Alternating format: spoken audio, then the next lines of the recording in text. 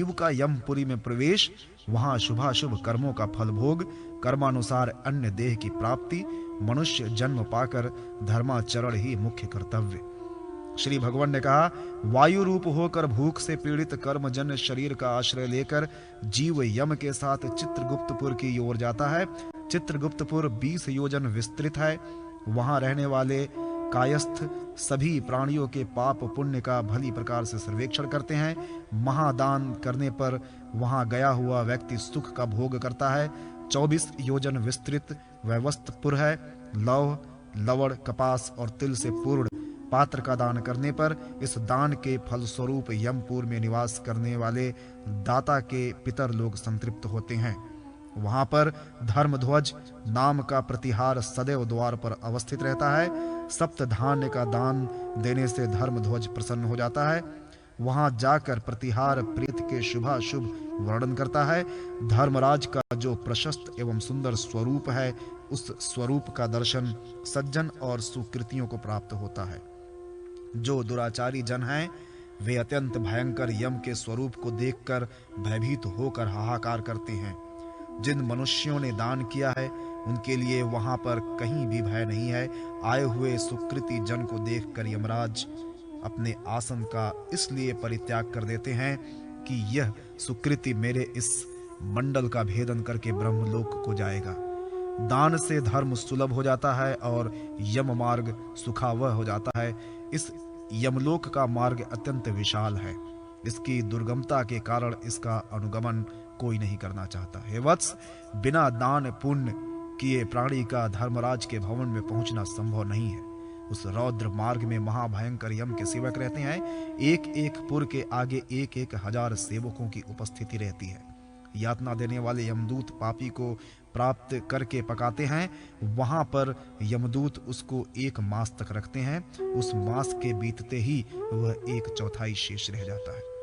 हे कश्यप पुत्र, जिन लोगों ने और्ध्व व दैहिक क्रिया में विहित दोनों को नहीं किया है, वे लोग बहुत कष्ट झेलते हुए उस मार्ग में चलते हैं। अतः प्राणी को यथाशक्ति दान देना चाहिए। दान न देने पर प्राणी पशु के समान यमदूतों के द्वारा पाश में बांध कर ले जाया जाता है। मनुष्य जैसा जैसा कर्म करता है, उसी प्रकार की योनि में उसको जाना पड़ता है। वैसा ही उन योनियों में भोग भोगता हुआ वह सभी प्रकार के लोकों में विचरण करता है। जब मनुष्य योनि प्राप्त होती है, तब भी लौकिक सुखों को अनित्य जानकर प्राणी को धर्माचरण करना चाहिए। कृमि, भस्म अथवा विष्ठा ही शरीर की परिणति है। जो मनुष्य शरीर प्राप्त करके भी धर्माचरण नहीं करता, वह हाथ में दीपक रखता हुआ भी महाभयंकर अंधकूप में गिरता है। मनुष्य जन्म प्राणी को बहुत बड़े पुण्य से प्राप्त होता है। जो जीव इस योनि को पाकर धर्म का आचरण करता है, उसे परम गति की प्राप्ति होती है। धर्म को व्यर्थ मानने वाला प्राणी दुख पूर्वक जन्म मरण प्राप्त करता है। हे पक्षिन, सैकड़ों बार विभिन्न योनियों में जन्म लेने के बाद प्राणी को मनुष्य योनि प्राप्त होती है। उसमें भी द्विज होना अत्यंत दुर्लभ है। जो व्यक्ति द्विज होकर धर्म का पालन करता है और विभिन्न व्रतों का आदर एवं श्रद्धा पूर्वक अनुष्ठान करता है, वह उस धर्म की ही कृपा से अमरत्व हस्तगत कर लेता है। प्रेत बाधा का स्वरूप तथा मुक्ति के उपाय। श्री गरुड़ ने कहा, हे प्रभो, प्रेत योनि में जो कोई भी प्राणी जाते हैं, वे वहां वास करते हैं। प्रेत लोक से निकलकर वे कैसे और किस स्थान में चले जाते हैं?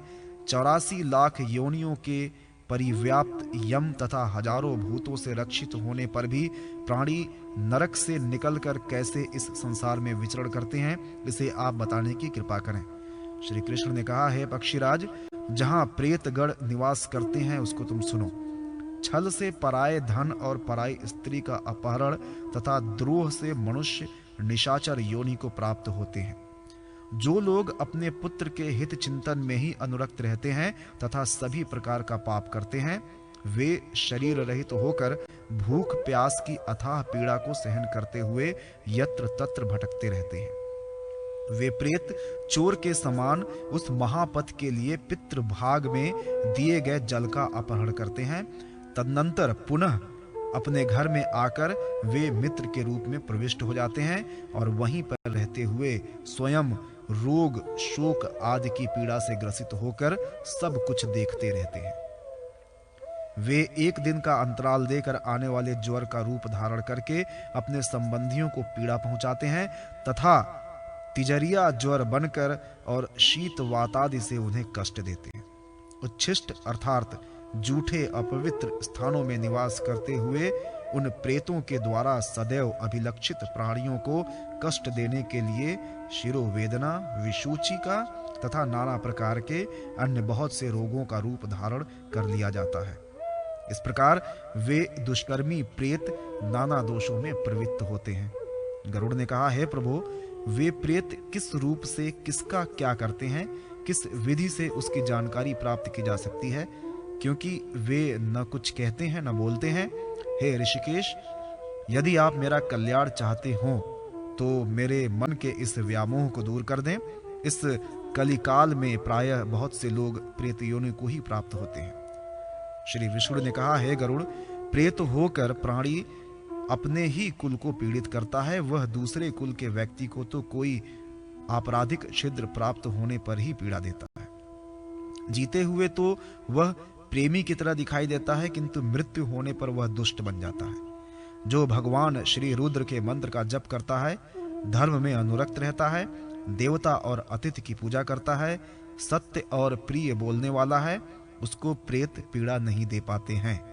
जो व्यक्ति सभी प्रकार की धार्मिक क्रियाओं से परिभ्रष्ट हो गया है, नास्तिक है, धर्म की निंदा करने वाला है और सदैव असत्य बोलता है, उसी को प्रेत कष्ट पहुंचाते हैं। हे तार्क्ष, कलिकाल में अपवित्र क्रियाओं को करने वाला प्राणी प्रेत योनि को प्राप्त होता है। हे काश्यप, इस संसार में उत्पन्न एक ही माता पिता से पैदा हुए बहुत सी संतानों में एक सुख का उपभोग करता है, एक पाप कर्म में अनुरक्त रहता है, एक संतानवान होता है, एक प्रेत से पीड़ित रहता है और एक पुत्र धन धान्य से संपन्न रहता है। एक का पुत्र मर जाता है, एक के मात्र पुत्रियां ही होती हैं। प्रेत दोष के कारण बंधु बांधवों के साथ विरोध होता है।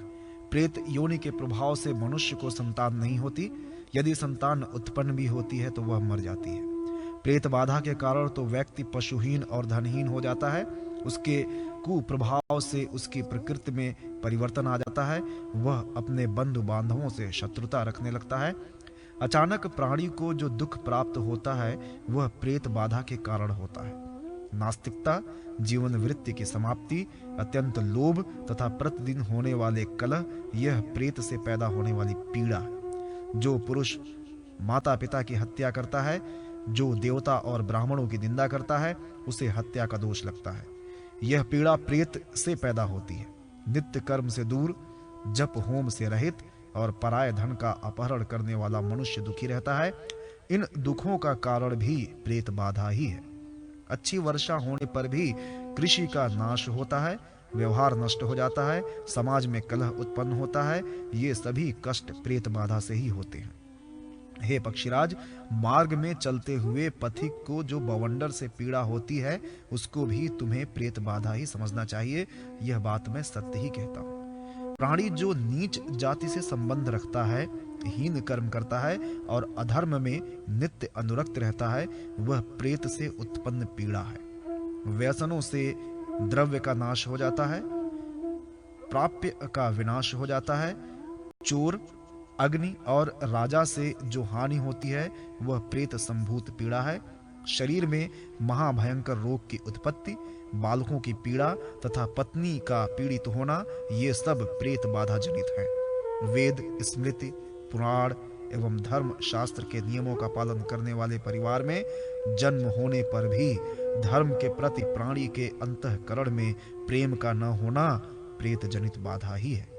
जो मनुष्य प्रत्यक्ष अथवा परोक्ष रूप से देवता, तीर्थ और ब्राह्मण की निंदा करता है, यह भी प्रेतोत्पन्न पीड़ा है। अपनी जीविका का अपहरण, प्रतिष्ठा तथा वंश का विनाश भी प्रेत बाधा के अतिरिक्त अन्य प्रकार से संभव नहीं है। स्त्रियों का गर्भ विनष्ट हो जाता है, जिसमें रजो दर्शन नहीं होता और बालकों की मृत्यु हो जाती है, वहां प्रेतजन्य बाधा ही समझनी चाहिए। जो मनुष्य शुद्ध भाव से संवत्सराधिक श्राद्ध नहीं करता है वह भी प्रेत बाधा है।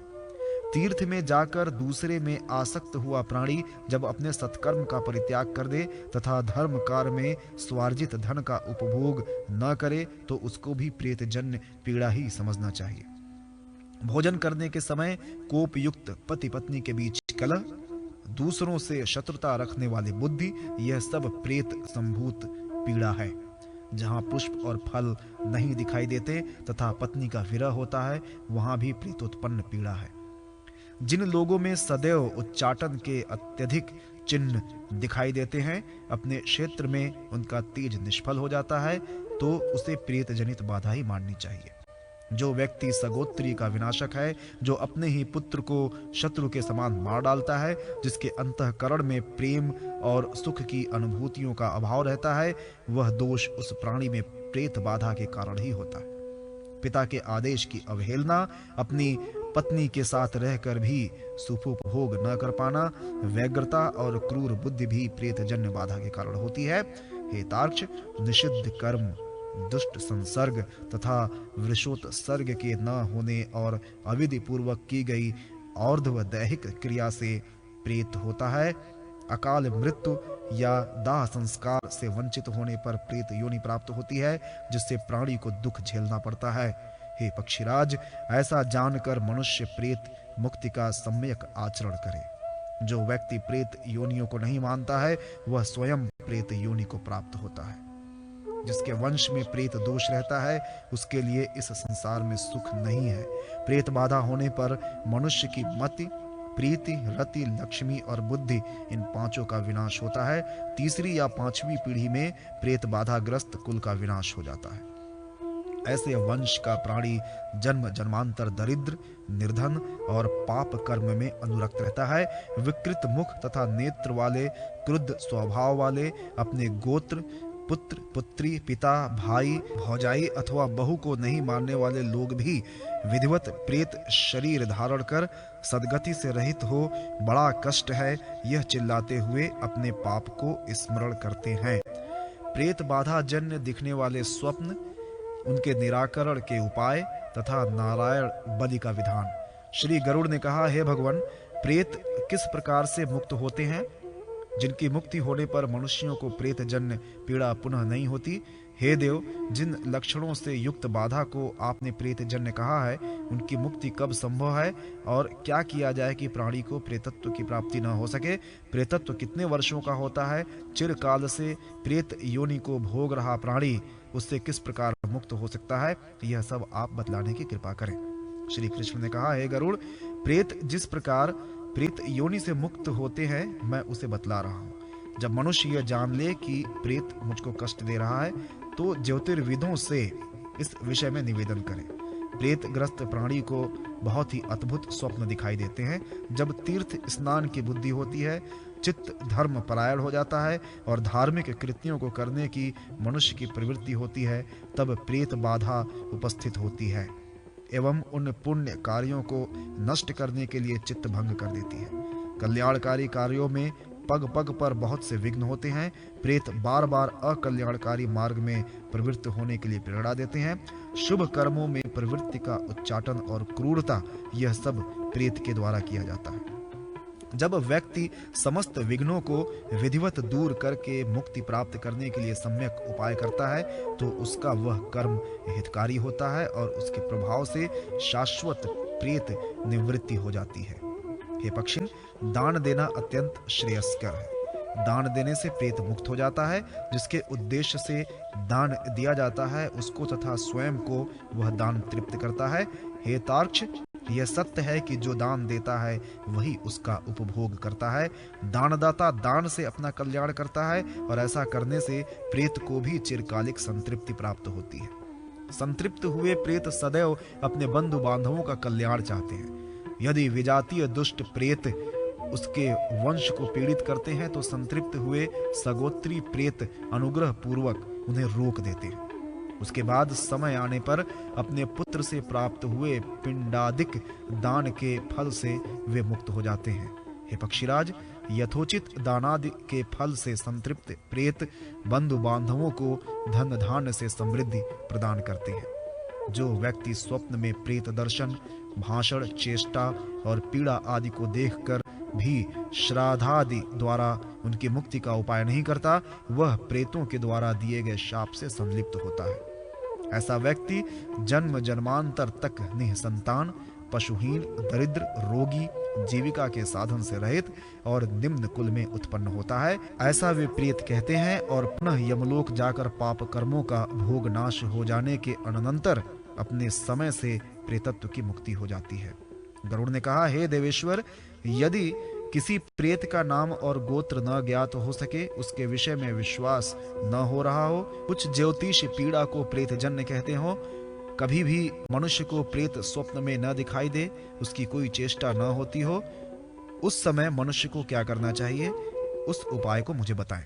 श्री भगवान ने कहा, हे खगराज, पृथ्वी के देवता ब्राह्मण जो कुछ भी कहते हैं, उस वचन को हृदय से सत्य समझकर भक्ति भाव पूर्वक, पितृभक्ति निष्ठ हो, पुरस्चरण पूर्वक नारायण बलि करके जप, होम तथा दान से देह शोधन करना चाहिए। उससे समस्त विघ्न नष्ट हो जाते हैं। यदि वह प्राणी भूत, प्रेत, पिशाच अथवा अन्य किसी से पीड़ित होता है तो उसको अपने पितरों के लिए नारायण बलि करनी चाहिए। ऐसा कर वह सभी प्रकार की पीड़ाओं से मुक्त हो जाता है। यह मेरा सत्य वचन है। अतः सभी प्रयत्नों से पितृभक्ति परायण होना चाहिए। 9वें या 10वें वर्ष अपने पितरों के निमित्त प्राणी को 10,000 गायत्री मंत्रों का जाप करके दंशास होम करना चाहिए। नारायण बलि करके वृषोत्सर्गादि क्रियाएं करनी चाहिए। ऐसा करने से मनुष्य सभी प्रकार के उपद्रवों से रहित हो जाता है, समस्त सुखों का उपभोग करता है तथा उत्तम लोक को प्राप्त करता है। उसे जाति प्राधान्य प्राप्त होता है। उस संसार में माता पिता के समान श्रेष्ठ अन्य कोई देवता नहीं है। अतः सदैव सम्यक प्रकार से माता पिता की पूजा करनी चाहिए। हितकर बातों का उपदेश होने से पिता प्रत्यक्ष देवता हैं। संसार में जो अन्य देवता हैं वे शरीरधारी नहीं हैं। प्राणियों का शरीर ही स्वर्ग एवं मोक्ष का एकमात्र साधन है। ऐसा शरीर जिसके द्वारा प्राप्त हुआ है उससे बढ़कर पूज्य कौन है। हे पक्षिण, ऐसा विचार करके मनुष्य जो जो दान देता है उसका उपभोग वह स्वयं करता है। ऐसा वेदविद विद्वानों का कथन है। पुनाम का जो नरक है उससे पिता का रक्षा पुत्र करता है। उसी कारण से इस लोक और परलोक में उसे पुत्र कहा जाता है। खगराज, किसी के माता पिता की अकाल मृत्यु हो जाए तो उसे व्रत, तीर्थ, वैवाहिक, मांगलिक कार्य संवत्सर पर्यंत नहीं करना चाहिए। जो मनुष्य प्रेत लक्षण बताने वाले इस स्वप्नाध्याय का अध्ययन अथवा श्रवण करता है वह प्रेत का एक चिन्ह नहीं देखता। प्रेत योनि दिलाने वाले निंदित कर्म, पंच प्रेतोपाख्यान तथा प्रेतत्व प्राप्ति न कराने वाले श्रेष्ठ कर्म। श्री गरुड़ ने कहा, हे प्रभो, प्रेतों की उत्पत्ति कैसे होती है, वे कैसे चलते हैं, उनका कैसा रूप और कैसा भोजन होता है, वे किस प्रकार प्रसन्न होते हैं और उनका कहाँ निवास होता है। हे प्रसन्न चित्त देवेश, कृपा कर मेरे इन प्रश्नों का समाधान करें। श्री भगवान ने कहा, हे पक्षीराज, सुनो। जो पूर्व जन्म संचित कर्म के अधीन रहकर पाप कर्म में अनुरक्त रहते हैं वे मृत्यु के पश्चात प्रेत योनि में जन्म लेते हैं। जो मनुष्य बावली, कूप, जलाशय, उद्यान, देवालय, प्याऊ, घर, आमाद्रिक, फलदार वृक्ष, रसोई घर, पितृ पितामह के धर्म को बेच देता है वह पाप का भागी होता है। ऐसा व्यक्ति मरने के बाद प्रलय काल तक प्रेत योनि में रहता है। जो लोग लोभवश गोचारण की भूमि, ग्राम की सीमा, जलाशय, उपवन और गुफा भाग को जोत लेता है वे प्रेत होते हैं। पापियों की मृत्यु चंडाल जल, सर्पदंश, ब्राह्मण शाप, विद्युत निपात, अग्नि, दंत प्रहार तथा पशु के आक्रमण से होती है। जो लोग फांसी लगाने से, विष द्वारा और शस्त्र से मरते हैं, जो आत्मघाती हैं, जिनकी विसूचिका, हैजा आदि रोगों से मृत्यु होती है, जो क्षयादिक महारोग, पापजन्य रोग और चोर डकैतों द्वारा मारे जाते हैं, जिनका मरने पर संस्कार नहीं हुआ है, विहित आचार से रहित, वृषोत्सर्ग आदि से रहित और मासिक पिंडदान जिनका लुप्त हो गया है, जिस मरे हुए प्राणी के लिए तृण, काष्ठ, हविष्य और अग्नि शूद्र लाता है, पर्वतों, अथवा दीवाल के ढहने से जिनकी मृत्यु हो जाती है, निंदित दोषों से जिनकी मृत्यु होती है, जिनकी मृत्यु भूमि में नहीं होती, जिनकी मृत्यु अंतरिक्ष में होती है, जो भगवान विष्णु का स्मरण न करते हुए मर जाते हैं, जिनकी मृत्यु सूतक और श्वानादि निकृष्ट योनियों के संसर्ग में होती है, वे प्रेत योनि में जाते हैं। इसी प्रकार के अन्य कारणों से जो प्राणी दुर्मृत्यु को प्राप्त होता है, उनको प्रेत योनि में मरुस्थल प्रदेश में भटकना पड़ता है। हे तार्क्ष, जो व्यक्ति निर्दोष माता, बहन, पत्नी, पुत्र, वधु तथा कन्या का परित्याग करता है, वह निश्चित ही प्रेत होता है। जो भातृ द्रोही, ब्रह्मघाती, गोहंता, मद्यपी, गुरुपत्नी के साथ सहवास करने वाला, स्वर्ण और रेशम का चोर है, वह प्रेतत्व को प्राप्त होता है। घर में रखी हुई धरोहर का अपहारक, मित्रद्रोही, पर स्त्रीरत, विश्वासघाती और क्रूर व्यक्ति अवश्य प्रेत योनि में जन्म लेता है। जो वंश परंपरागत धर्म पथ का परित्याग करके दूसरे धर्म को स्वीकार करने वाला है, विधा और सदाचार से विहीन है, वह भी निसंदेह प्रेत ही होता है। हे सुव्रत, इस विषय में एक प्राचीन इतिहास है जो पितामह भीष्म और युधिष्ठिर के संवाद में कहा गया था।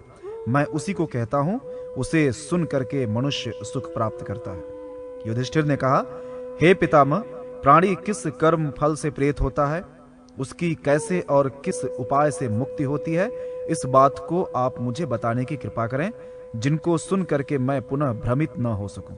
भीष्म ने कहा, हे वत्स, मनुष्य को जैसे प्रेत योनि प्राप्त होती है, वह जैसे उस योनि से मुक्त होता है, जैसे वह दुस्तर घोर नरक में जाता है, नरक में जाकर दुख झेल रहे प्राणियों को जिसका नाम गुण, कीर्तन और श्रवण करने से मुक्ति प्राप्त होती है, वह सब मैं तुम्हें बता रहा हूं। हे पुत्र, ऐसा सुना जाता है कि प्राचीन काल में एक ख्याति लब्ध संतप्तक नामक सुव्रत तपस्वी ब्राह्मण वन में रहता था। दयावान, योगयुक्त, स्वाध्यायरत, अग्निहोत्री उस द्विज श्रेष्ठ का समय सदैव यज्ञातिक धार्मिक कृत्यों में बीतता था। परलोक का भय उसे बहुत था, अतः ब्रह्मचर्य, सत्य, शौच का पालन करते हुए और निर्मल चित्त होकर वह तपस्या में संलग्न रहता था। श्रद्धा पूर्वक गुरु के उपदेश, अतिथि पूजन तथा आत्म तत्व के चिंतन में अनुरक्त वह तपस्वी सांसारिक द्वंद्वों से रहित था। इस संसार को जीतने की इच्छा से योगाभ्यास में सदैव अपने को समर्पित रखता था। इस प्रकार का आचरण करते हुए उस जितेंद्रिय मुमुक्ष ब्राह्मण को वन में ही बहुत से वर्ष बीत गए। एक दिन तपस्वी संतप्तक के मन में तीर्थाटन की इच्छा उत्पन्न हुई। उसने मन में यह संकल्प किया कि अब मैं तीर्थों के पवित्र जल से इस शरीर को पवित्र बनाऊंगा। अनंतर वह स्नान तथा जप नमस्कारादि कृत्यों को संपन्न कर सूर्योदय होने पर वह तीर्थ यात्रा पर निकल पड़ा। चलते चलते वह महातपस्वी ब्राह्मण मार्ग भूल गया। भ्रांत मार्ग में चलते हुए उसे अत्यंत भयानक 5 प्रेत दिखाई पड़े। उस निर्जन वन में विकृत शरीर वाले भयंकर प्रेतों को देखकर ब्राह्मण का हृदय कुछ भयभीत हो उठा। अतः वहीं पर खड़े होकर वह विस्फारित नेत्रों से उसी ओर देखता रहा। तत्पश्चात ब्राह्मण ने अपने भय को दूर कर धैर्य का सहारा लिया और मधुर भाषा में पूछा, हे विकृत मुख वालों, तुम सब कौन हो? कैसा पाप कर्म तुम लोगों ने किया है जिसके फल स्वरूप तुम्हें यह विकृति प्राप्त हुई है? तुम सब कहां जाने का निश्चय कर रहे हो? प्रेतराज ने कहा, हे द्विज श्रेष्ठ, हम सभी ने अपने अपने कर्म के कारण प्रेत योनि को प्राप्त किया है। परद्रोह में रत होने के कारण हम पाप और मृत्यु के वश में हुए नित्य भूख प्यास से पीड़ित रहकर यह प्रेत जीवन बिता रहे हैं। हम लोगों की वाणी उसी पाप से विनष्ट हुई है। शरीर कांतिहीन हो गया है, हम संज्ञाहीन और विकृत चित्त वाले हो गए। हे तात, हमें दिशाओं तथा विदिशाओं का कोई ज्ञान नहीं है। पाप कर्म से पिशाच बने हुए हम मूढ़ प्राणी कहां जा रहे हैं, इसका भी हमें ज्ञान नहीं है। हम लोगों के न माता हैं और न पिता। अपने कर्मों के फल स्वरूप अत्यंत दुखदायी यह प्रेत योनि हम सभी को प्राप्त हुई है। हे ब्राह्मण, आपके दर्शन से हम लोग अत्यंत प्रसन्न हैं। आप मुहूर्त भर रुकें, आपसे हम अपना संपूर्ण वृत्तांत प्रारंभ से कहेंगे। उसमें से एक प्रेत ने कहा, हे विप्रदेव, मेरा नाम पर्युषित है, यह दूसरा सूचिमुख है और तीसरा शीघ्रग, चौथा रोधक और पांचवा लेखक है। ब्राह्मण ने कहा, हे प्रेत, प्राणी को कर्म फलानुसार प्रेत योनि मिलती है, ये तो ठीक बात है, पर अपने जो नाम तुम बताए हो उसके प्राप्त होने का क्या कारण है? प्रेतराज ने कहा, हे द्विज श्रेष्ठ, मैंने सदैव सुस्वादु भोजन किया और ब्राह्मण को बासी अन्न दिया, इस कारण मेरा नाम पर्युषित बासी है। भूखे ब्राह्मण की याचना को सुनकर यह शीघ्र ही वहां से हट जाता था, इसलिए यह शीघ्रग नामक प्रेत हुआ। अन्नादि की आकांक्षा से इसने बहुत से ब्राह्मणों को पीड़ित किया था, इस कारण यह सूचिमुख नामक प्रेत हो गया। इसने पोष्य वर्ग एवं ब्राह्मणों को दिए बिना अकेले ही मिष्ठान खाया था, इसलिए इसको रोधक कहा गया। यह कुछ मांगने पर मौन धारण करके पृथ्वी कुरुदने लगता था, अतः उस कर्म फल के अनुसार यह लेखक कहलाया। हे ब्राह्मण, कर्म भाव से ही प्रेतत्व और इस प्रकार के नाम की प्राप्ति हुई। यह लेखक मेष मुख, रोधक पर्वताकार मुख वाला, शीघ्रग पशु की तरह मुख वाला और सूचक सुई के समान मुख वाला, इसके बेढंगे रूप को देखें। हे नाथ, हम अत्यंत दुखित हैं। मायावी रूप बनाकर हम लोग पृथ्वी पर विचरण कर रहे हैं। हम सभी अपने ही कर्म से विकृत आकार वाले, लंबे ओठ वाले, विकृत मुख वाले और वृहद शरीर वाले तथा भयानक हो गए हैं। हे विप्र, यह सब मैंने आपसे प्रेतत्व का कारण बता दिया। आपके दर्शन से हम सभी में ज्ञान उत्पन्न हो गया है। आपकी जिस बात को सुनने की अभिरुचि हो वह आप पूछें, उसे मैं आपको बताने के लिए तैयार हूं। ब्राह्मण ने कहा, हे प्रेतराज, पृथ्वी पर जो भी जीव जीते हैं वे सब आहार से ही जीवित रहते हैं। यथार्थ रूप में तुम लोगों के भी आहार को सुनने की मेरी इच्छा है। प्रेतों ने कहा, हे द्विजराज, यदि आपकी श्रद्धा हमारे आहार को जानने की है तो सावधान होकर के आप सुने। हम सभी का आहार समस्त प्राणियों के लिए निंदनीय है, जिनको सुनकर आप बार बार निंदा करेंगे। प्राणियों के शरीर से निकले हुए कफ, मूत्र और पुरुषादि मल एवं अन्य प्रकार से उच्छिष्ट भोजन प्रेतों का आहार है। जो घर अपवित्र रहते हैं, जिनकी घरेलू सामग्रियां इधर उधर बिखरी रहती हैं, जिन घरों में प्रसूतादि के कारण मलिनता बनी रहती है, वहीं पर प्रेत भोजन करते हैं। जिस घर में सत्य, शौच और संयम नहीं होता, पतित एवं दस्युजनों का साथ है, उस घर में प्रेत भोजन करते हैं। जो घर भूतादिक, बलि, देव मंत्रोच्चार, अग्निहोत्र, स्वाध्याय एवं व्रत पालन से हीन है, प्रेत उनमें ही भोजन करते हैं। जो घर लज्जा एवं मर्यादा से रहित है, जिसका स्वामी स्त्री से जीत लिया गया है, जहां माता पिता और गुरुजनों की पूजा नहीं होती, प्रेत वहां ही भोजन करते हैं। जिस घर में नित्य लोभ, क्रोध, निद्रा, शोक, भय, मद, आलस्य तथा कलह है, ये सब दुर्गुण विद्यमान रहते हैं, वहां प्रेत भोजन करते हैं। हे दृढ़ व्रत, तपोनिधि विप्रदेव, हम सब इस प्रेत भाव से दुखित हैं। जिससे प्रेत योनि प्राप्त न हो वह हमें बताएं।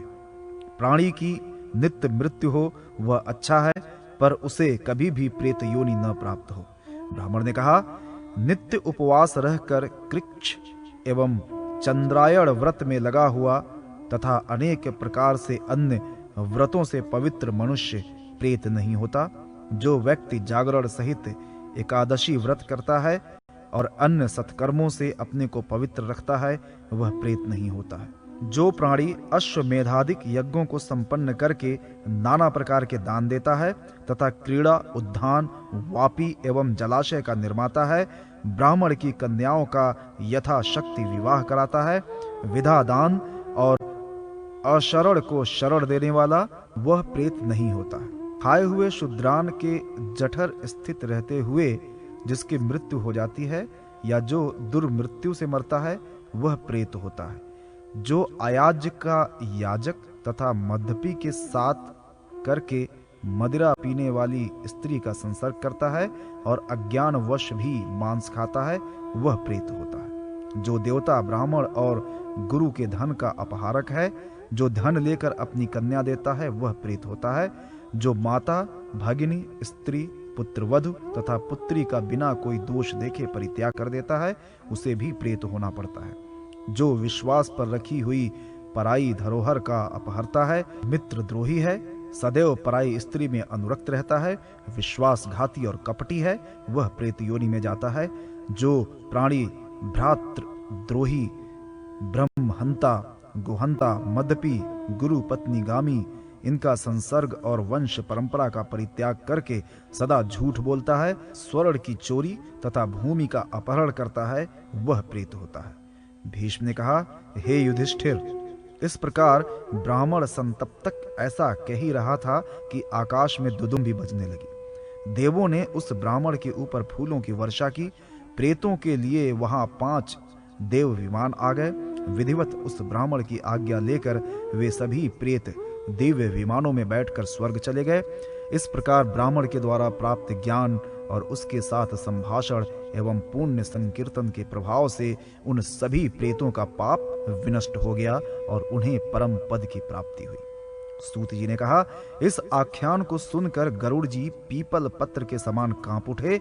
उन्होंने पुनः मनुष्यों के कल्याण के लिए श्री भगवान विष्णु से पूछा।